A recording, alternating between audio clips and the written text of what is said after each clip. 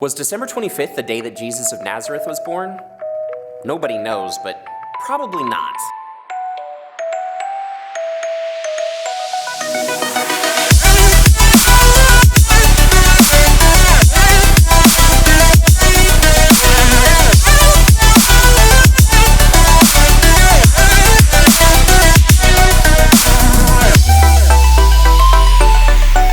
Many people are already aware that December 25th is probably not the real birthday of Jesus of Nazareth. I say probably because the narrative details that people often draw from the Gospel according to Luke in order to provide what they think is a more realistic time of year for the birth of Jesus of Nazareth may or may not be historically reliable. The two facts that people often use to suggest that Jesus was born in a different time of year, not winter, both come from the Gospel according to Luke. One is that according to Luke, Jesus' family was in Bethlehem at that time due to being required to go there by the census of Quirinius. Many people have suggested that it would be unrealistic to ask people to travel for a census during winter when the roads may be impassable, so it was more likely that the census was occurring during summer. However, if you watched my previous video on the subject, you already know that Luke's description of the entire census of Quirinius is pretty unrealistic altogether. It's unlikely that any government would require all of their citizens to travel back to their places of origin in order to be counted for a census, since that would defeat the purpose of people actually being connected to their property and holdings where they live so that they can be taxed appropriately on the basis of their possessions. So the detail about Jesus' family being required to travel for the census may or may not indicate that it was during a warmer time of the year when Jesus was born. The other detail that people often point to suggest that Jesus wasn't born during the winter is that Luke describes the shepherds abiding in the field with their flocks. Now, during the cold part of the year, shepherds would not have been in the fields with their flocks, but would have moved their flocks to sheltered areas, to pens or barns in order to keep warm. Even nomadic herders would probably only be found out in the fields with their flocks from mid-spring until mid-fall when the weather was warm enough for the flocks to be out grazing. So if shepherds really were in the field with their flocks at the time that Jesus was born, then Jesus must have been born sometime during the warm half of the year.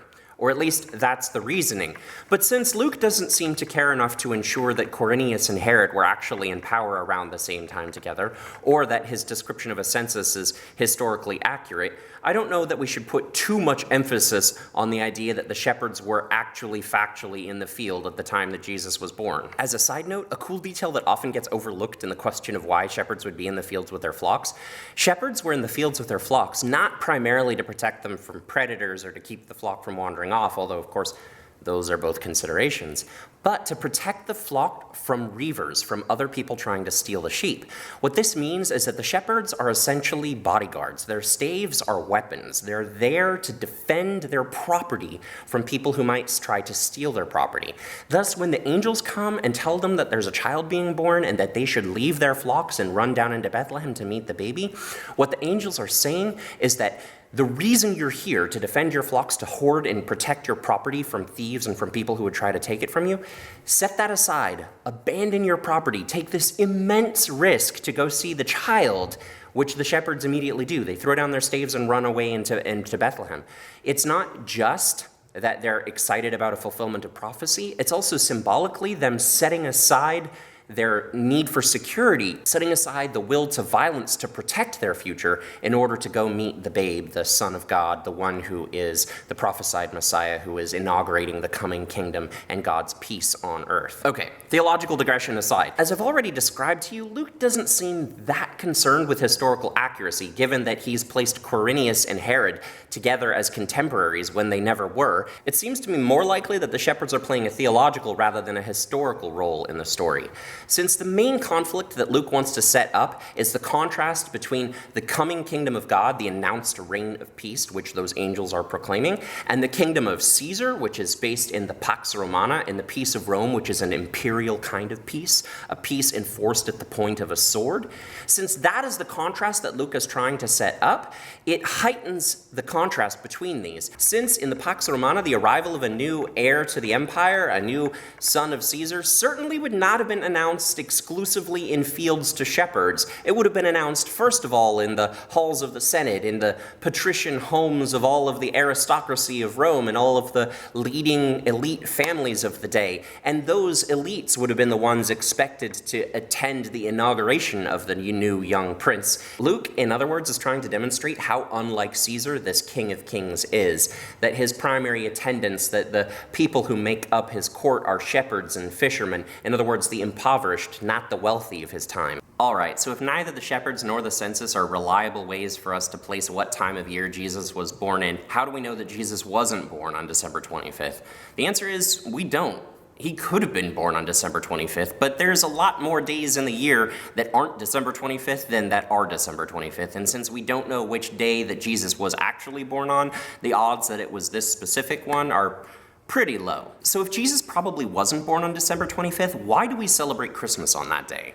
The answer is that there were already several very popular feasts that were celebrated at that time of year. The Roman Feast of Saturnalia, as well as winter solstice-based festivals that were all throughout all of the cultures of Europe. These festivals celebrated the time of the year right after the winter solstice, when the days had reached their shortest and darkest point and were beginning to get lighter. In other words, they celebrated the light conquering the darkness, the hope of the return of spring and warm weather and growing things. These festivals represented the hope of surviving the hardest times of the year and symbolically, therefore, the hardest times of our lives and getting through to the other side when things would be better again. Rather than attempt to abolish these very popular festivals, Christians recognized that these themes of light conquering darkness and the return of hope into the world were a very good match for the themes of the story of the Nativity. In other words, Christmas is an early example of contextual theology, taking ideas from Christian narratives and using them to reinterpret popular cultural practices in such a way that those cultural practices gain new meaning, but also so that those cultural practices